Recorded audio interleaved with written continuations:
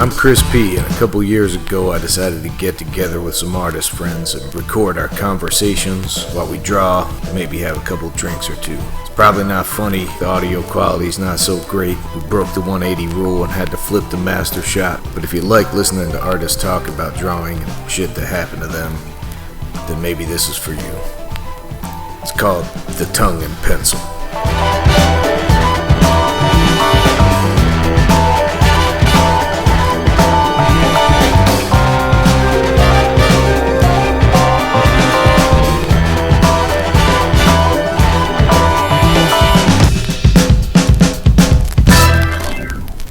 So this is what we call the tongue and pencil. It's like a little experiment, and we're gonna draw some pictures, and we're gonna maybe drink. You want to drink? I'll drink right now. So what do you want? What do you want? Ice? I'm gonna get some ice. You can have ice or not have ice. I prefer it straight up. All right. So Jody's having some Jamesons there. I'm having some water. This crazy Daily Good Skullhead tequila. And what we're gonna do here is we're gonna bullshit, and we're gonna draw some pictures. Allegedly. Oh shit! Cheers. And cheers. There we go. All right. Alrighty. So Jody Schaeffer, animator, artist, creator, Megas XLR. Longtime friend of mine, went to school together, lives in New Jersey. Grew up in New Jersey. Lives in LA now. I'm gonna draw with this pen right here, Stadler Pigment Liner .07. What are you gonna draw with? Currently I'm holding a Graphic Gear 500.7, so Alright. That's probably what I'll draw with for a while anyway. Alright, I'm gonna start drawing. Great. So, I mentioned that you're from New Jersey. Totally. I'm from New Jersey too. So, where'd you grow up in New Jersey? White House Station. Yeah. Right What do you in have the to say about that? Well, I live in California now. Yeah. So. So, we met at the School of Visual Arts when we both lived in Jersey City in those like crazy Newport apartments, which you couldn't stand after. You had that roommate, Friendly Frank. I had Friendly Frank, Right. who, yeah. And in Jody, retrospect, you don't work well with friendly people. No, you don't no. live well with friendly people, do you? well, okay, maybe nowadays it wouldn't have been so, but I was a pretty angry guy back then, and he was, and to this day, I dare say, he was one of the most aggressively friendly people I believe I've ever known in my entire life, and I just could not. He wanted to shake hands a lot. He did. Big on shaking hands, right? He loved to shake the hand. It was pretty cool. He's a nice dude. He pronounced the word awesome, arsome. Arson, that's right. Awesome guys, awesome. And he'd be shaking the hand a lot. He collected a lot of toys. I remember he had a lot of like MC. He bought like a bin of MC Hammer toys and kept them in a warehouse somewhere in Pennsylvania, I think. Oh my God, It's that's something right. that he told me at one point. Yes, he did Maybe, do that, didn't he? And you did an art project when you worked in that apartment when we were at school, and you lived with Friendly Frank. I don't know if it was for a sculpture class or something where you grew mold on a shoe. Oh. Can you tell me about that sculpture? That one, the point of it was the teacher was like, you have to encase something. This was the sculpture you used, and you have to transform it by encasing. You have to take something and transform it by encasing it in something else. Yeah. So I had an old sneaker, Yeah. which I took a bunch of bread and mushed the bread up with a bunch of milk and smushed it all around the shoe, and then took that shoe and stuck it under my sink in the bathroom for a couple of weeks. And what happened? And it was just this big fuzzy white lump when I revealed it, and I called it foot fungus, and I got an A, and that's what happened. Well, did Friendly Frank have an opinion on that? I don't think he knew it was there. Like, I don't think it. And you know what, dude? We were fucking college freshmen. Nobody gave a shit. You know what I think he would have thought of that? He thought of awesome. It was awesome. Awesome. Yeah, I think he probably thought Awesome. it was awesome. So we spent a lot of time. Even you ended up moving back. You couldn't stand living in Jersey City. You hated us all. I hated you. But you would still come and hang out all the time. Oh, so God, yeah. You got any memories? I remember we used to sit around, kind of doing this. Yeah. Just sit around and draw. I have actually, like VHS videos, because this was back in the '90s, of us sitting around in like Goat's apartment, totally silent, just all drawing in our sketchbooks. It's compelling. It's compelling video because the camera's not pointed on what we're drawing. It's pointing on us sitting there, not talking, drawing in our sketchbooks. And then we draw for like 20 minutes and then trade and be like, look what I drew. I drew Frog Boy and Rude. Which I was gonna say, Frog Boy. Yeah. Yeah, I was So debating. those are Ron. characters that we would draw in our sketchbooks. They're very like 90s characters when I look back because Oh yeah. I had like a frog with a goatee and like some kind of Raver top hat. some kind of weapon and like like Cat in the Hat top hat. Yeah.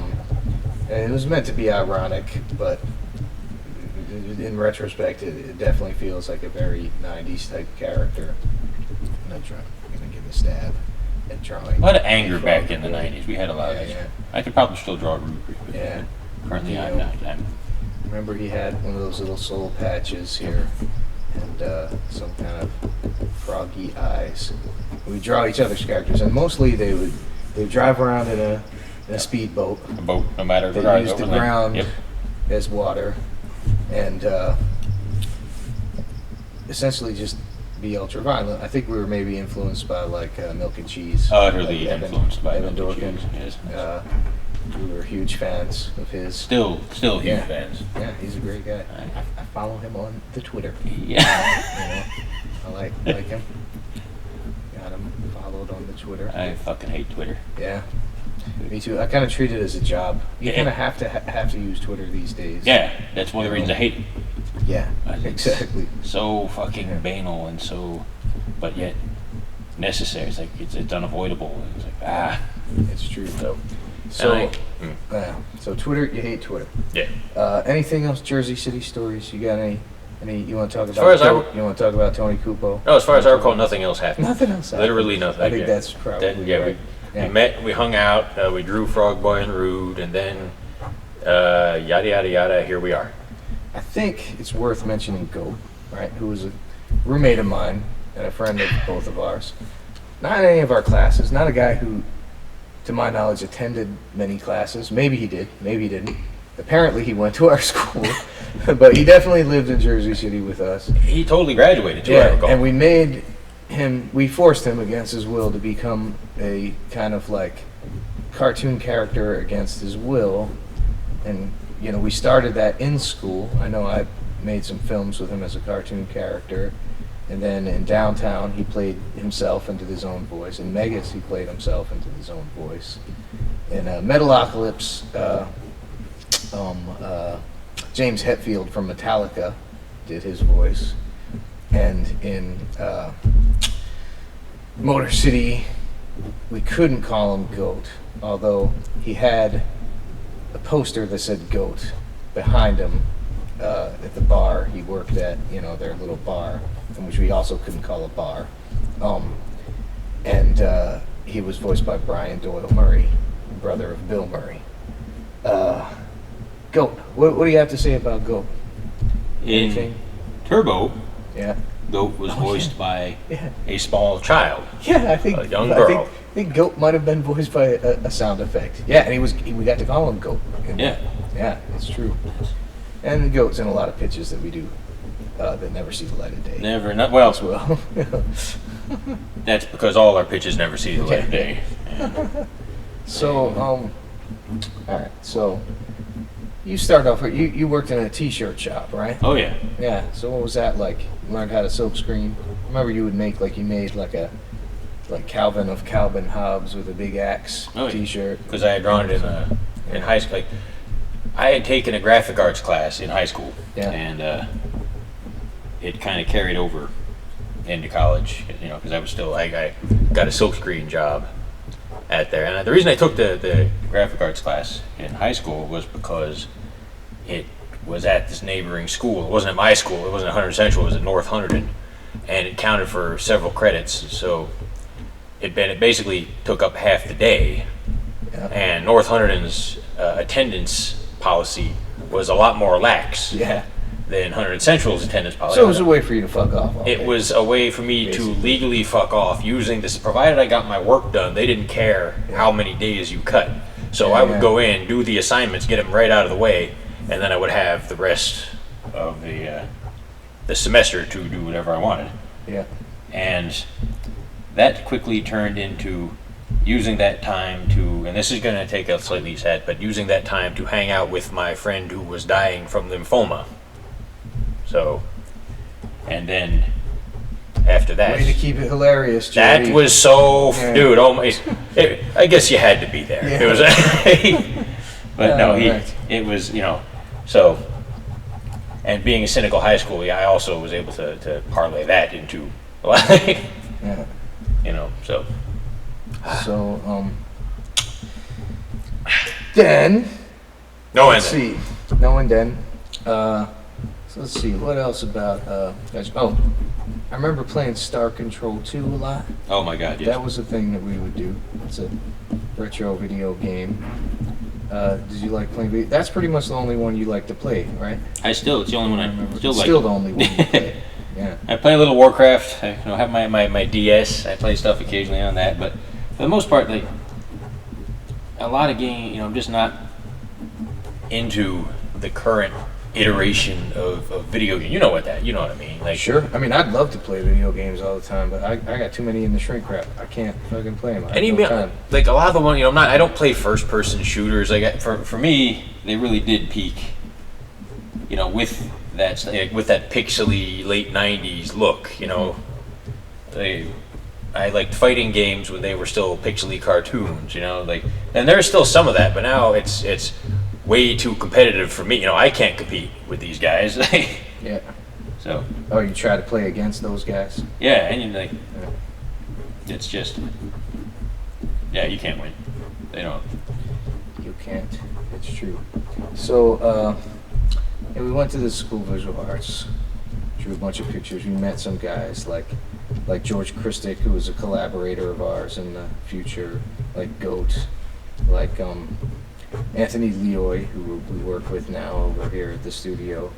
And then we ended up at MTV after that, right? Yes, we did. So the first thing you came on, I remember they needed a guy to help with the head comic book, right? So you came in. I think that's the first gig that you were on, right? My first gig was because you borrowed my sketchbook just to look at it, if I recall, and you showed it to Dave. Who was? I don't know who you talking about. The creator of the head. Oh yeah, Fogel. It was Eric Fogel. Yeah, thank you. Yeah. And he was like, get this guy on board. So, so you and I stayed there. So we worked on that head comic because I had just worked on the series, and then we proceeded to work on shows such as Daria, Beavis and Butthead. And then Downtown, which is, you recommended George, I think, for me at the time, because you guys were making, I think, the prototype, we're having the prototype conversations for Megas back then, because I think you were like, I've been talking to George about what if a retard found a giant robot. I remember. And you're like, you should talk to George about writers, you need a writer. And I was like, you know what, that's a good idea. And then we came out and made that show, which had Goat in it. And then during that time, you got a house in New Jersey. Yeah. And I remember we were bullshitting about different parties, and we were talking about theme parties. You're in your 20s, you like to have theme parties, and I think one of them I suggested was like the low-class wine and cheese party. That was it, like yes. Velveeta and Easy Cheese, and you drank mentioned like Thunderbird and stuff. You mentioned it as an offhand in response to Guy Moore's actual wine and cheese party, exactly. Which was a quite a classy affair, I have to say. You know, And then you then were like, I would like to throw a party where we smash stuff. well, that stemmed from my already having smashed a PlayStation or two. Yeah. Having to show it who's boss. So I was like, okay, you know what? This is a fun enough thing that I wish to make it a thing. I was like, I have a few things I would very much like to smash, and I know, having talked to several friends, that they also have things they would like to smash. So I am going to make a thing where we have a part where they have a place. Now that I have this garage, we will have a party, and we will smash stuff, and that'll be the party. Yeah, and so we did it in your garage. Yeah, we I did. remember. And there was like zero safety. There was no. We just smashed the shit out of everything. Guy And those Moore, TVs were fucking amazing. Guy Moore's wife at the time was a nurse, so she kind of took over as. Yeah, she was like an EMT person, right? Yep. Which was good because that meant somebody was around. Somebody knew something. Yeah. Yeah. So that was good. But She patched people up a little bit. yeah, no, we did have a couple of injuries that she was there for, so I'm happy for that. Yeah. So now that grew into, over the years, and we had, and I'll segue this into, now we do a giant smashing party that's like 2,000 people. It's a horrible idea. People get injured. Never a good idea. Don't try this. Don't do this. Don't This ever was do it. my idea, and it was a stupid idea. But So people don't love it. fucking do it. And, now we do it in a very controlled environment. But when we first started doing it out in LA, we used to rent this place that we called the basement because it was a basement. And it was under the first Titmouse in our West Hollywood location, and it was like probably around a 2,500 square foot basement. Which we were getting for like $800 a month. It was great deal. ridiculous. It was awesome. Yeah, and We didn't know how good we had it. I thought it would be a good idea to start smashing stuff down there, but it also became like kind of this weird social club after a while, and then you and Bells ended up turning it into kind of a like an actually profitable business of an after hours club. Do you want to speak to the basement at all? Oh, Bells loved the basement. He got to run basically an illicit after hours Los Angeles speakeasy for many years, and actually it was pretty like that eventually got shut down. Yeah. Because it was illegal. Well, he went in to get it. He was going in to get the permit. He was like, "Oh, you know what? I've been doing this long enough now. I should get some permits and I should go in." And he walked over and he went to City Hall. Yeah. And he had found like that day they were getting ready to raid him. Like they had. Good he showed up that day. Yeah, they had pictures there. They were like, "Well, we're glad you came in." He was like, he was like, "Well, shit, I didn't want to." He's like, "That's why I'm here. I didn't want this to happen." And he just talked it out, and he found out the fees that it would cost to make it, To do it legit. an actual legit thing, Yeah. and shut it down. Yeah. It's like, oh shit, I don't like the basement that much. Yeah, no, it literally cost more than the amount that he had made. And it was actually, like I said, it easily covered its own expenses. For quite a while. I mean, we just if you gotta run a business without any permits or legit exactly legal processes, it's great. Yeah, I mean, and he wasn't selling anything. It was just that they just ran on tips, and he would just serve alcohol.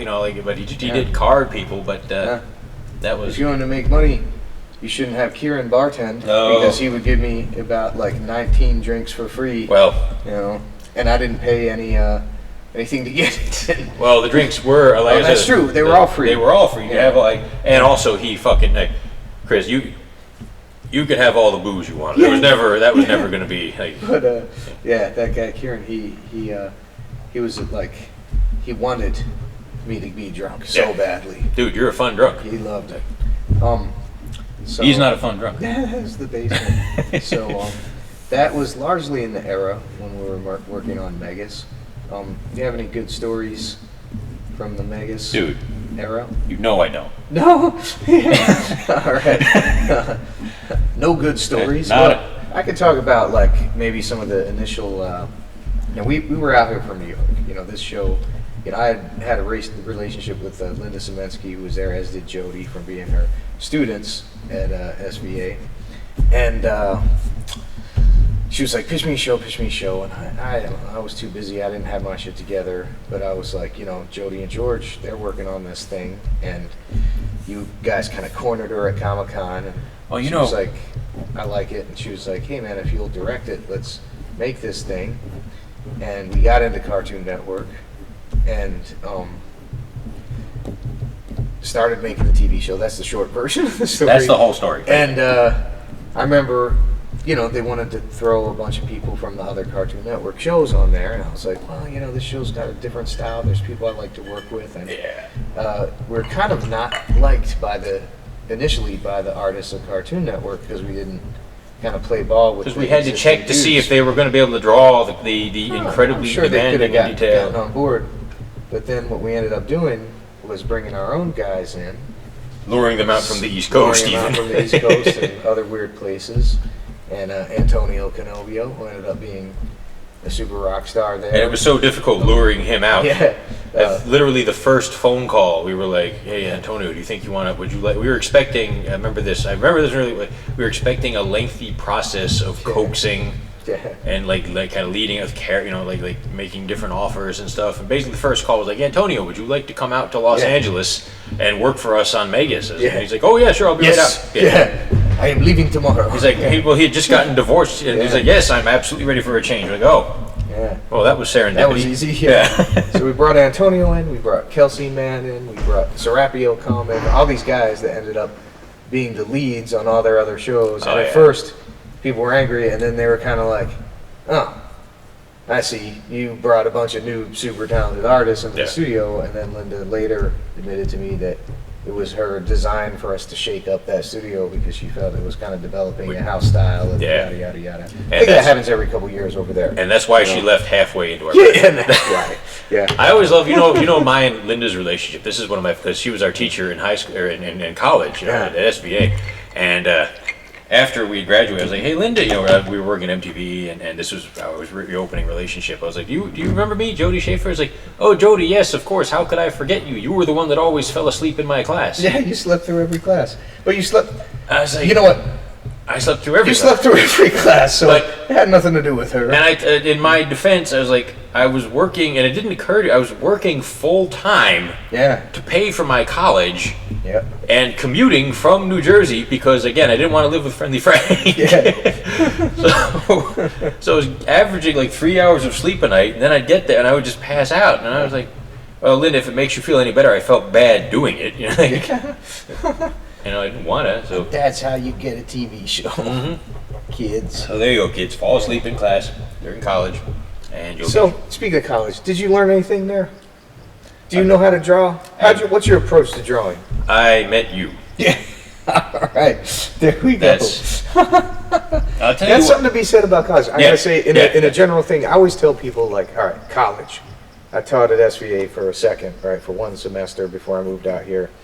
And I gave the speech of like, hey, if you're here to get a job and that's your primary reason for coming to this school, you should drop out today, get yourself an internship, take some cheap like $10 drawing classes, the Art Students League.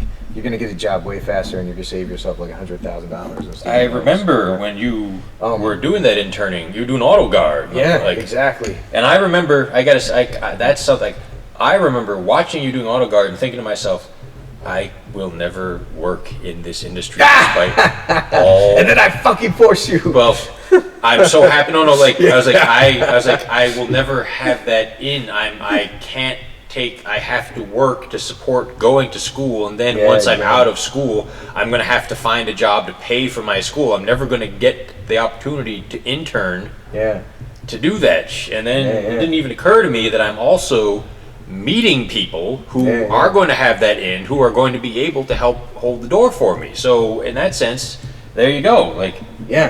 So I told the kids, like, drop out today if you want to get a job.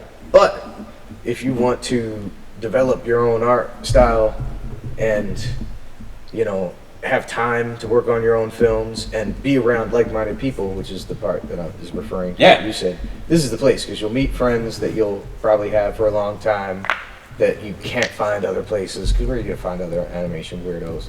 It's a really small subset of people. And yeah, so that worked out. All right, cool. So you moved to LA primarily to make the Megas pilot, right? Yeah. And then when we're waiting around, we were fucking around in the basement, right? Worked on some skate videos, like those flip skateboard videos. That was fun. Making some like monkeys cranking. Oh shit! I totally forgot about that. and Yeah, stuff yeah, like yeah. that. Some people might know about that.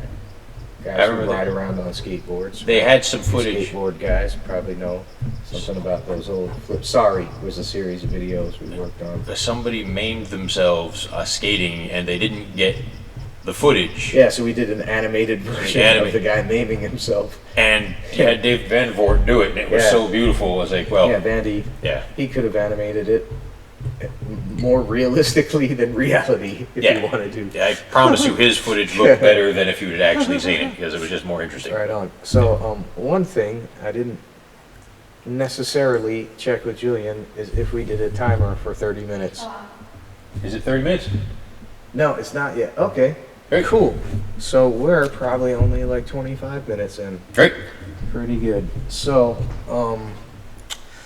you are also, you haven't done a ton of cartoon voices, but yet your cartoon voice is in every single one of our cartoons. Oh, Because you are the voice of the chirp of the Titmouse chirp. chirp.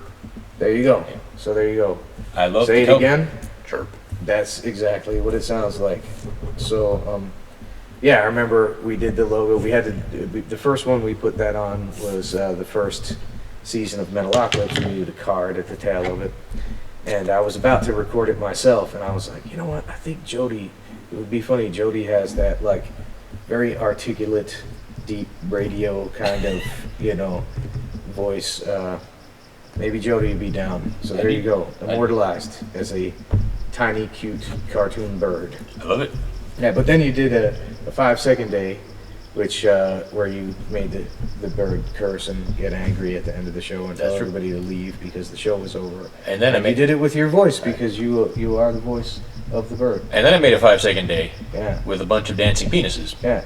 So tell people a little bit about 5-second day and a little bit about that film. Oh, that one, you're better for 5 seconds. Like, 5-second day is something you and Shannon started. I think it was originally Shannon's idea, right? Yeah, she just wanted to be able to allow, because every animator gets into this business to see something that they've created up on the screen. They want to make something of their own. So Shannon's like, let's give them the chance to do that. Just one day at Titmouse. It was originally supposed you can animate about 5 seconds in a day, so that's what we will do. It's like, just do whatever you want, and we'll show it. And it rapidly ballooned out of control. And people do 2 and 3 minute productions involving home scored music and their own thing. And the last 2 years, we've sold out the Egyptian in LA, and we're, I think, on track to do that this year, as well as the SVA Theater in New York and a Real Deal Theater in Vancouver. So it's going to be in 3 real movie theaters this year, 5-second day. Awesome. They're going to look at probably a lot of dick jokes. There's always Actually, a lot of dick jokes. Because you kind of did the dick joke to end all dick jokes. That was the intent. That was the point. Except it didn't end them. The previous year, I had seen a lot of dick jokes, and I was like, that's kind of. I remember thinking about that's lazy. Don't just waving a dick on the screen. It was just an excuse to put a dick on the screen. I was that's not giving dicks the love they deserve. That's what I thought. I was like, I love dick. Yeah, as a gay male, that dick is very close to my heart. Yeah. And I was like, I'm going to make a cartoon. I'm going to do all the dicks, was my idea. I'm going to make all the dick jokes. And you did it. I totally did it. And people were saying, like, oh, okay, now we can't do dick jokes. Jody did all the dicks. That's that. So, yeah. But they still do them. And you didn't do your own voice. You had Parker Simmons, an animator at the studio, do an impression of you. And his impression was so good, everybody thought it was you. Everybody assumed it was, which is hilarious. Which I was the dick. Yeah. I was the talking cartoon penis, and that was part of it. when we were doing it, I was like, I called, I was like, Parker, you. I want to be the cock. Yeah, exactly. I was like, but I told, I was like, dude, for this to work, you have to be. It has to be somebody being Jodier than Jody. Yeah. Like,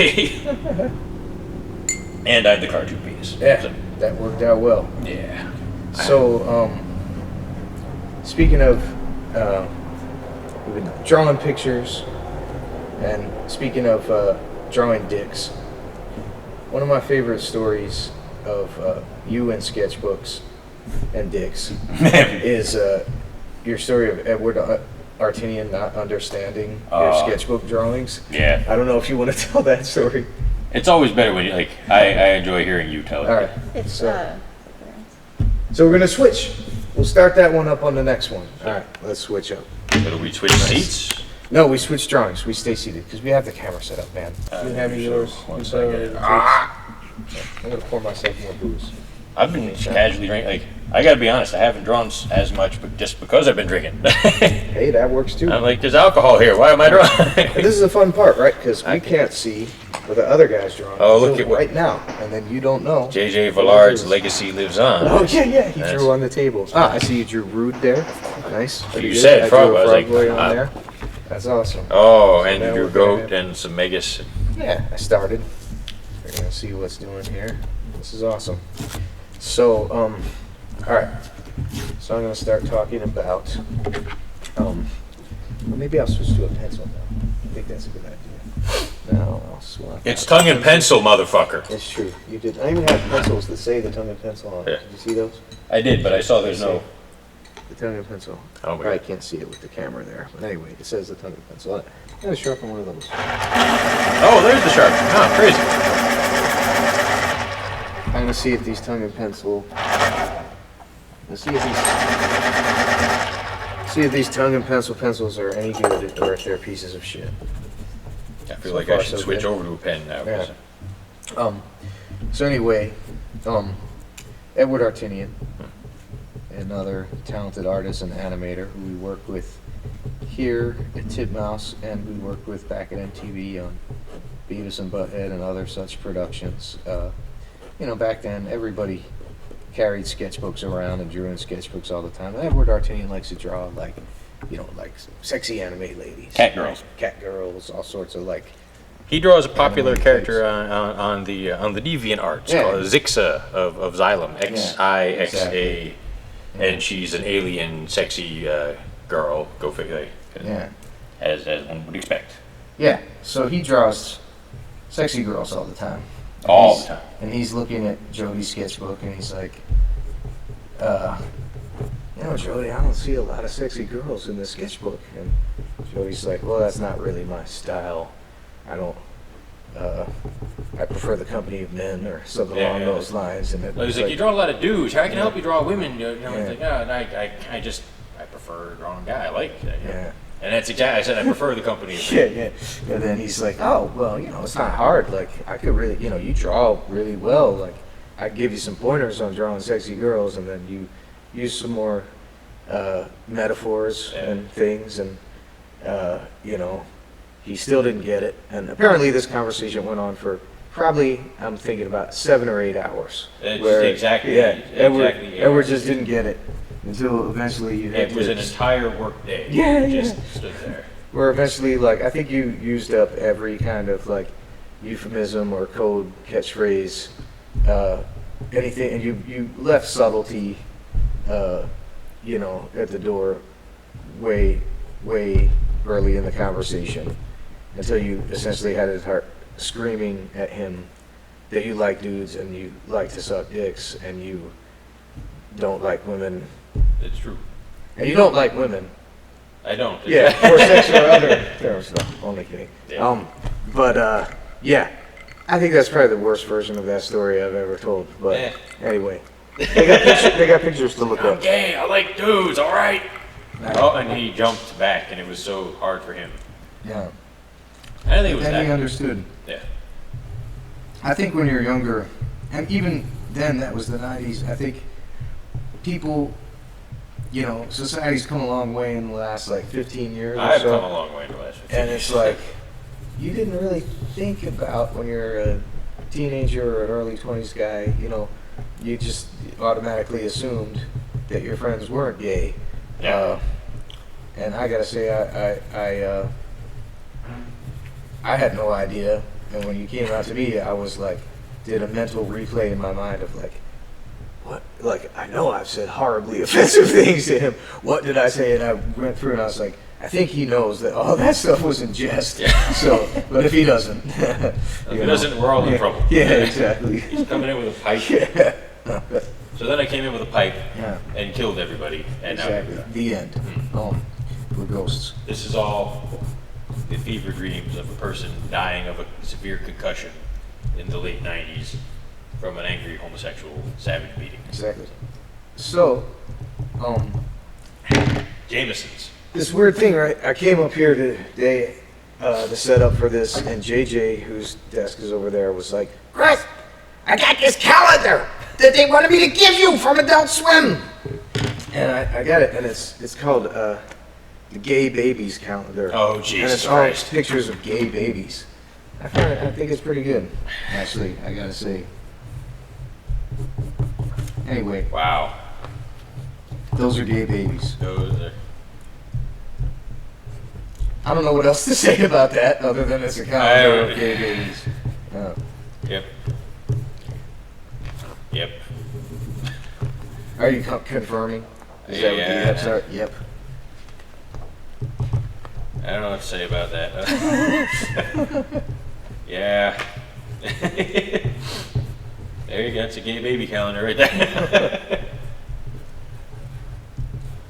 So, besides playing like video games like World of Warcraft or whatever, another pastime we've spent doing is role-playing games. Well, very much so. So you got any favorite role-playing games? Like there was one, I remember we were developing at one point, we got the rights from TSR, who was then bought by Wizards of the Coast, who was bought by Hasbro, and I think they still own it, but we got the rights for Gamma World, and with a friend of ours, David Hollander, who played Little Earl on What's Happening, and the kid who mugs to the camera in Airplane and a bunch of other child The Golden actor Child things. in Buck Rogers. Yeah, exactly, all that stuff. And he was writing the script with his wife, and I was doing the art and making the cartoon part, and we were like, hey, let's play test, let's run a Gamma World campaign. We got the rights to Gamma World. Let's run a Gamma World's like the post-apocalyptic D&D, Yeah. And I was like, I know the guy to do this. He loves role-playing, and we played Gamma World. We played other D&D games. Do you remember anything about that Gamma World campaign? Do you remember what character you played? I think it was he had the character Sukvati or something like it was basically a displacer beast. He made a panther and had some tentacles in it. Yeah. And I like the angle that you had on. Do you remember your angle? he was drunk. He was a drunk. Well, he rolled up the high metabolism trait, if I recall correctly, and I was like, well, I don't want to constantly have to be worried about it. It needed a constant source of calories, according to me. He's like, I know. Well, beer is full of calories. I'll just have it so he drinks a fuck ton of beer. There you go. And he loved it. He thought it was a great idea. So I've often talked about, like, theoretically, and we did it that time, and I thought it was pretty successful, of like using role-playing gaming as like a development process, trying to figure stuff out, figure out character, figure out story. I think that was a pretty successful attempt at that. We should do that again. We should do that for this new thing we're doing. Yeah, dude. Jody and I are working on something now. We don't know if anybody's going to buy it, so we can't talk about it yet. But Well, it'll probably have a feel. We know nobody's gonna. Yeah, it'll probably have a feel. It has some iteration of Tony Kupo on it. You want to talk about Tony Kupo? Tony fucking Cooper. Yeah. So Coop from Megas, it's like kind of loosely based on Tony Kupo. At least He was an amalgam. Coop is an amalgam of. We had several big, goofy guys. We were friends. Like Rob Fitz. Yeah. Great example. Like a buddy of mine, Lance, was one of the guys I was basing him off of. You guys didn't really. He was a New Jersey crew, but there was a few guys that me and you and George all knew, and we loved to hang out with because they were kind of quintessential big fat party dudes. Yeah.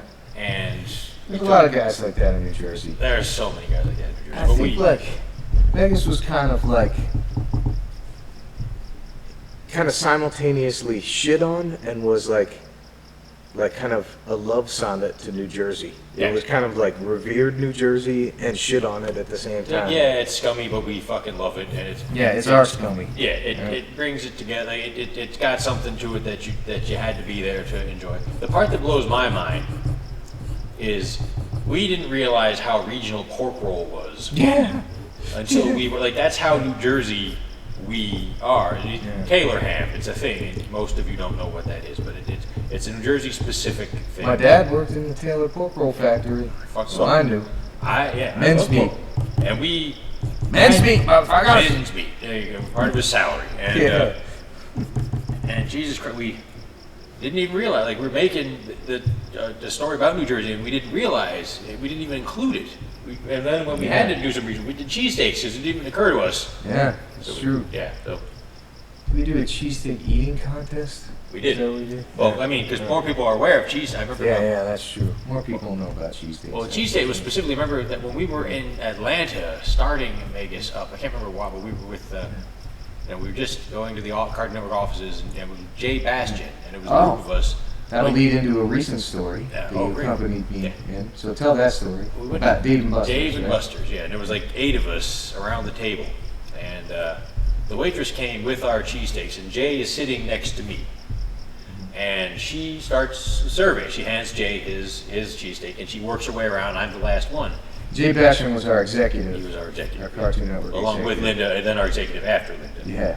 I miss Linda. I love Jay, but point being, by the time she got to me, and it didn't take long, Jay was done. He already finished his with his cheesesteak. That's how much that guy loved the cheesesteak. So that's how much he enjoyed a cheesesteak. And after that, it became a running joke. I was like, to get another series at Cartoon Network, you had to beat Jay Bastian in a cheesesteak eating contest. And we never did. That's why we don't have another one on there. We haven't yet had. You got to beat Jay Bastian. But we did recently deliver to Jay Bastian. You know, we on a recent Super Friends job that we just did. He was our executive over at Warner Brothers. Where he is now. Where he is now. And we gave him our Client of the Month award from Titmouse, which was a trophy in the shape of a cheesesteak. Oh, that's right. Jody and I delivered it to him in person. He was so proud. I think he really liked it. Ben Kalina, our supervising producer over here, told me he was just on a phone call with him today where he bragged to the other people about his cheesesteak trophy. He was in the He's so far the only recipient of not only the cheesesteak trophy, but the only recipient of the Client of the Month award. October 2014. Client of the Month. Well, I don't know if we'll ever do another one. Hey, he was a fucking good client, man. That's true. Jay Bastian. Yeah. He deserves it. He is an excellent human being, and if he's the only one, you could I love him on that Super Friends. He fights all our battles. He's like, that's stupid. Let me tell him. We're like, go get him, Jay Bastian. Go get him. He was just in the studio the other day, like literally yesterday, and There he was. I'm standing there because there was free cake, and I was getting some cake. And I hear somebody like, "Oh, sexy legs!" What? I have shorts on. I'm like, obvious. Like, I just assumed it wasn't talking about me.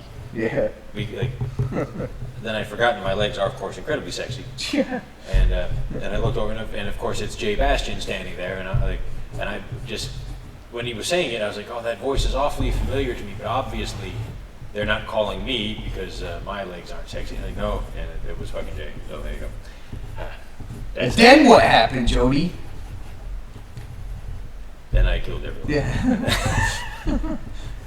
Drove around in a boat as a kangaroo, and we killed everyone. So what's that? So then, you know, If you know the rule of improv is never to leave the next guy. You're also never supposed to ask a question, and you're not supposed to say negative, like when you're doing the puppets, remember? Oh, yeah, that's right, the puppets. Remember when we got forced to be in that puppet class? That was a great And then it ended up being like Anthony just wanted to do it, and they needed a certain amount of people, and that's why he forced us all to go to the puppet class. Which, to me, made it so much cooler. I know, that's so much better. And we met Chet, who still works with us at the studio. Chet still works. He worked as a writer's assistant, as an editor, all these different things. Motherfucker, and I got some cool goddamn puppets because they had the puppet making class, and you remember this, right? Yeah. 1, 2, 3, 4, 5, 6, 7, 8. 8. Those are the different puppet positions, and if you learn those, And what you was can it? choreograph any puppet number. And what was the one? Then we had. It was puppeting for television. It was 12 because you had to look. It was I can't Yeah. 12 and 12. They were both. Remember, he told us he was pick a number like 12. You remember more than I do, apparently. It was about that because he stuff. had 2 others. It was like look up or whatever. I was like, pick a number. Of course, we were like 12. Yeah. And then he was like, okay, and then pick another number. We're like 12. Yeah. Like, well, okay. Yeah. Because 12. Yeah. And what was that guy's name again? And why am I asking you? You're not gonna remember. He was cool. He was like Big Bird and Snuffleupagus and shit on Sesame Street, right? And he has also recently been battling lymphoma, but apparently he's been beating it. So He's been doing good. yeah. Again with the lymphoma, Jody. Dude, I know. I'm sorry I'm a downer, but that shit kind of... It didn't occur to me until fairly recently how heavily some of that shit hung over me in my life, so... Oh, I'm sure. Yeah. Cancer. It fucking Everybody sucks, man. hates it. Yeah. I even hate the crab. Fuck that guy. How about that? The crab? Yeah, cancer. It's just, you know... Oh, that guy. Yeah, It's you a know. horoscope joke. Yeah. I get it. Fuck horoscopes. Yeah. Horoscopes. I don't know much about horoscopes. My mom is a Cancer. I don't know Fuck what her. that means. How about that? It's- Because she's a crab and such, and I got no time for it. Right. That's right. You hate any iteration. And I enjoy your mom. She's fucking cool, man. I gotta be honest. But now, oh well. Sorry. So Honor bound. back to the important, hard-hitting questions. Yeah. If you had to choose for the rest of your life to live the rest of your life as a goblin or an orc, Oh, goblin. Jesus Christ, dude. That's not even. Motherfucker, that's no question. That's okay. So why goblin? because goblins are awesome. They're sneaky little bastards, and yeah, and they like to cheat, and that's fun. Nice. So another game you used to play all the time was like various iterations of Warhammer, right? Yep. So did you paint up all the guys and I stuff did. like that? I'm sad now because like George and them they play now, and I'm like. Man, they're fucking nuts about it. I wish me from 15, 16 years ago, and I'm like, was hanging out with them now, because like that's when I was in, like, I had literally, goblin army, literally from Warhammer, goblin armies that were hundreds strong. I had one unit of 100 goblins. That's how fucking much I played that game. And we got a couple guys like Kirk and Arthur and Odin. Oh my Worked god. at the studio who are super into that shit. Remember, I came in. I played once on this weekend. I don't have enough free time to devote to too many games. I kind of cut that one off Yeah, to dude. focus on D&D. But I went in and it's like, man, Kirk and Arthur are fucking insane about painting those guys. Every one is so meticulous and they have so fucking many. They weren't laughing at us, but I think inside of their minds they were laughing at like me and George and James and some of the other guys and our pitiful Warhammer, situation. We didn't have like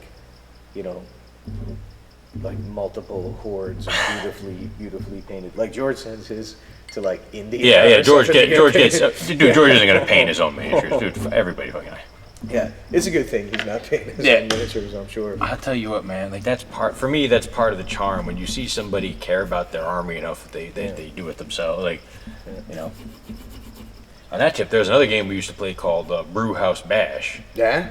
which is a miniature. It's just like, little six. The whole premise is it's a bunch of orcs in a bar, and they are having a bar fight, and that's the game. That's a good one. And I'm currently with my buddy Shiloh. We found the rules online, and we're actually, when it's done, I'll bring it in because it's a fantastic drinking game. Let me put it like that. Like, That's great. and it's just some dice, and it's done in like a half an hour to an hour. But we made the miniatures. We're actually it's a board you print out, the bar. But Shiloh elected to take it to the next level, and he actually built a bar. That's awesome. Which here's how crazy he is on that. It folds into what looks like a book. Nice. Yeah, so it opens up, and it's a little scale model bar that you can then battle with your orcs in. And Shiloh used to work here as well. And Shiloh I met in the basement, in that crazy situation in the basement. Shiloh's a great story there. See him every once in a while. Now we might maybe planning an insane Halloween party where he might chime in on that stuff. That would be awesome. But what's your story about Shiloh? Just how he came to me when he had first moved to Los Angeles. And he, like I said, I knew him through the basement too, so that was kind of where I had relegated him to in my brain space, was one of the guys who you would see at a club, you know, and like a guy. And in my mind, I admittedly was like more interested in going. I'd kind of filed him away as more interested in doing basement style stuff than in actually doing some work. And he's like, dude, is there anything there? I'll take an internship. I don't care. I just need something. So I came to you and I was like, Chris, is there, you know, this is back before. This is back where the Titmouse was still small enough that you could do an unofficial internship. Yeah, now we have rules. Yeah, you can't do it. We can only do so many, and they have to be sponsored, and we have to get insurance for them. Yep. But back then, we were like, business? What that? Exactly. Internship? Yay! Yeah. And I was like, dude, is there, like, I was like, there's no actual, I was like, just give him a fucking internship. If he doesn't work out, then it's no skin off your back. There's no risk to you. And he worked out fucking great. And he came in and he soaked up everything you could give him, like as far as information. And now he is actually a career man, and I'm so happy because, you know, I like it when my friends succeed. And Do you like it when your friends succeed? yes, it's you know, and it's Wouldn't have pegged you for a guy who likes it when their friends succeed. I also do. Truth be told, I do enjoy it when my friends fail. Yeah. All right. Well, equal opportunity. As you know, I do have malice in my heart, and I can enjoy it in that fashion too. You know, but I mean, you know, the fact that he was able to get a career and it was able to keep him in Los Angeles, which meant then that I could continue to hang out with him and play D&D and build a brewhouse bash bar. Yeah, that's good. That is good. Jameson's is also good. Jameson's is good. Is that working for you right I now? prefer Bushmills, but I must admit I don't mind. Motherfucker, do we got Bushmills in here? Let me see. I'm doing Jameson now, man. We got Oh, Bushmills son in of there. a bitch! It's not like you couldn't also have Bushmills. Nah, It was man. inside of the earth. We keep the Bushmills inside of the earth. You know, that earth thing seemed like a good idea, and it really hardly fits any bottles in it. It's like, you can see, only the tiniest, like, slimmest bottles actually fit in there. My parents' friends had those kind of. They would keep I their. thought it looked classy. Yeah, that's For it. the set, you know? Like these lights that didn't work, and now they're still clipped to the tables because they kind of make it look like a drawing table, I guess. My parents, numerous friends of my parents would have these things in their bar, in their home bars next to their bumper pool tables, and underneath their pictures of dogs playing poker, which they would have unironically, and which I covet now. You know, like retrospect, like, oh fuck, original velvet paintings of dogs playing poker. It's like, man. I ordered it was a print, not a painting, but a velvet. It wasn't velvet, but it was reminiscent of the velvet paintings of dogs playing Dungeons and Dragons. First edition. And you could get, here's how dialed in it was on their eBay page. You could get every edition of D&D and other games that they're playing. So if you're like, I only want dogs playing 3rd edition D&D, you could get that, or 2nd, or Pathfinder, or whatever iteration of game the dogs were playing it. It won't surprise you to know that I know exactly. Yeah. What Yes, and you have it. I didn't order, but it's like obvious though. I was like, that's too. Like, no, they don't. They're pandering. I can't. I was like, I can. Chris will buy it. I don't know. Exactly. I'll look at his. And that sucker buys it. I'll be able to enjoy it when I see Chris P's version. Like, somebody was talking about, there's a velvet painting service recently. I can't remember now, though. Oh, well. I have some ideas for some Christmas presents, so I'm going to say. So, when we were talking about the different things, these Frog on a Roof and these different SVA projects, do you remember any of the films you made back in SVA? Do Do you remember like a bull that would kick people in the balls? Oh, what bull does on lunch breaks? That was Yeah. I would still, to this day, love to do a cartoon with him. Yeah. He was so stupid. What did that one entail? Oh, all the wrong things. Yeah. Stuff I would never do. It was called What Bull Does on Lunch Breaks, and I remember very well because I had my sister color it, and she was okay.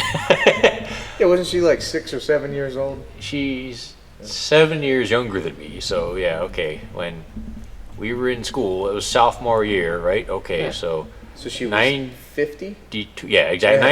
I can actually do math. 92, so she was like 13 at the time, and I'm having her draw pictures of a minotaur kicking an old man in the balls. Yeah, and his eye falls out. Yeah, and or like something, a baby kills a baby. he kicked an old man in the balls so much that the guy's eye falls out, pops out. But doesn't he steal a baby or do No, dude, he doesn't steal the baby. He peed in the baby carriage. He's on a baby. And that was all. Honestly, all those jokes stemmed from my buddy and me, Eric Martini. We were just joking around about wouldn't it be funny if, and then we just laughed, because. And then you made a cartoon. And then I made a cartoon about a bull peeing on a baby. Yep. Kicking an old man in the balls till his eye falls out. And finding a fat lady. It was a fat lady walking well, first it was an old man, and that's when he kicks him in the nuts. Then he walks up to an old lady walking a poodle, and he stuffs the poodle down the old lady's throat because she was fat and old, and obviously therefore needed to have a poodle stuff down her throat. Yeah. And then the baby carriage was the final one. He just walks up to the baby carriage and he starts peeing into it, and he just keeps peeing into it, and then the pee starts overflowing over the baby carriage, and on the ground the puddle just gets bigger and bigger, and then the cartoon ends. And that's how. We also would because there's a lot in this school. There's like film, people made live action films. So there's that cone. Oh my god! So Cone, you might remember. I'm actually more proud of that one than I am of many things. Yeah, made that fake D&D commercial where we acted. I think I was some kind of like barbarian and/or troll. You are some kind of weapon. I think that's accurate. And you were like some kind of like heroic. I was kind of the hero guy, but you were like saving the Monica, who was like some kind of like young hippie fine art major who somehow agreed to drive to New Jersey with us and trusted us not to, And I had several friends from back, like my buddy Rob. I think some of your friends, some of your SCA folks joined in. My buddy Rob. I think that's on the internet. Yeah. My buddy Rob. If you search like fake D&D commercial, I bet you'll see a fake D&D commercial that has Jody in it. That's when I had long. That's when I was young Jody and beautiful. With long hair. He was beautiful. So beautiful. I was just radiant. You cannot believe. Who pretty much he looked like he was a 50-year-old man when he was 18. My buddy Rob was the main bad. 50, but he still looks 50. He'll be 50 very soon. Yeah. And I was in it. Goat was in it. You was in it. Who else was in it? My buddy Rob is what I've been saying. He played the man. Rob. He played the Darth Vader because he was the big dude. So he had, and my buddy, I think Chris Stahl, was he one of the guys? I can't remember. There was like a blonde dude. Was he a blonde dude? Curly-haired blonde guy, like big dude, yeah. But he had Rob, the guy who was like a punk rock guy, and then he became a hippie. He was like a thief stealing a magical sword. Oh no, that's a different. Remember that guy, Rob? He had red hair. Oh shit! Pretty interesting. Anyway, he went to school. Probably see that on the YouTubes. So anyway, something tells me we're nearing the end of this. Right? I bet I'm sorry my company is so tedious to you that you feel the need to call out the minutes. I bet we're getting pretty close. I don't know. Jillian, what do you think? We got she's giving me the 3 symbol. That looks like we're like 3 minutes out. So I want to throw this back to you. She's giving our performance a 3. Yeah, she's giving us a 3. A 3 out of 100. Exactly. So, you got anything else to say? What else do you want to talk about? Do you want to talk about art? We didn't really talk about your art technique. Do you have theories? How do you animate? What do you think about when you animate? There's a little voice screaming in the back of your head that everything you do is stupid. You have to ignore that voice. That's my whole. Embrace it. Or embrace. If you embrace it, you don't fucking draw anything. That's the problem. I mean, and I know everybody, except for Parker, has that voice. to some degree. So it's it's something. So yeah, is that your advice to aspiring? What's your Yeah. advice to like aspiring animation tech? Keep fucking drawing. Like just draw. Like, if you're doing it, don't forget why you're doing it. Yeah. That's the biggest thing. I have forgotten why I've done it, and I would advise not to. Is the point? And I think it's good to make stuff. Yeah. Like a lot of people want to have a show Yeah. and pitch a show, but they've never made a cartoon. That's Make a cartoon. It ain't so hard. You got a computer now. Man, when we had to make a cartoon, we had to paint on cells. You telling him probably didn't even know what a cell is. You had to draw it on pieces of paper. You had to imagine what the timing was. You couldn't push a button and see it.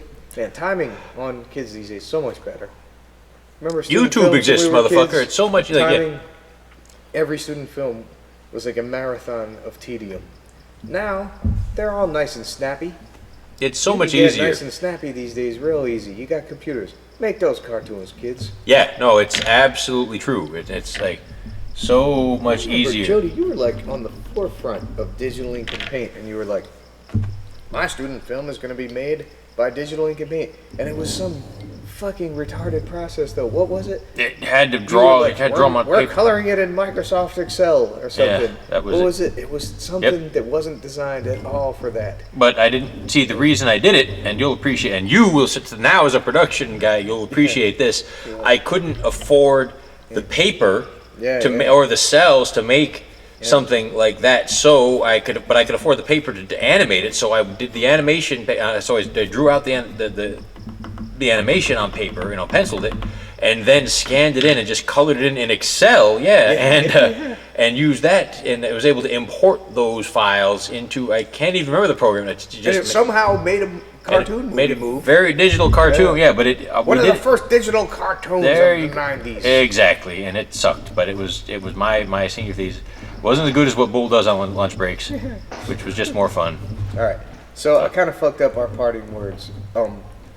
Let's talk more about parting words. What do you got to say? The tongue and pencil? Did you draw a drawing? I drew a few drawings here. Did you get drunk? I am A little bit drunk. Yeah, I'm sober. Yeah. I'm gonna You're drive totally now. sober? Yeah, I'm gonna go operate some heavy machinery All right. Sounds around like a good idea. miners. Yeah. All right. Yeah. Nice. So, tongue and pencil. There you have it. Yeah, man. Thank you for having me. This has been a lot of fun. Yet another experiment. This is what I do, Jody. Yeah. Just To hang experiment. out, because as you know, I somehow turn every activity that I experience into some form of work. And my that is way why of why hanging you own a studio and invite me I want to over. hang out with Jody. Yeah. Let's make it into some kind of a YouTube internet TV show thing, and we can hang out, get drunk, and yet now it's something that people can look at and interlope into our personal conversations. And I'm glad you did. I mean, because motherfucker, if that wasn't your modus operandi, I wouldn't have a job right now. Or for We'd all be living in a van. exactly down by the river. Actually, Thanks, Jody Schaeffer. I'd probably be a tattoo artist at this point. Jody Schaeffer, artist, Thank you so much. animator, show creator. You have anything to plug?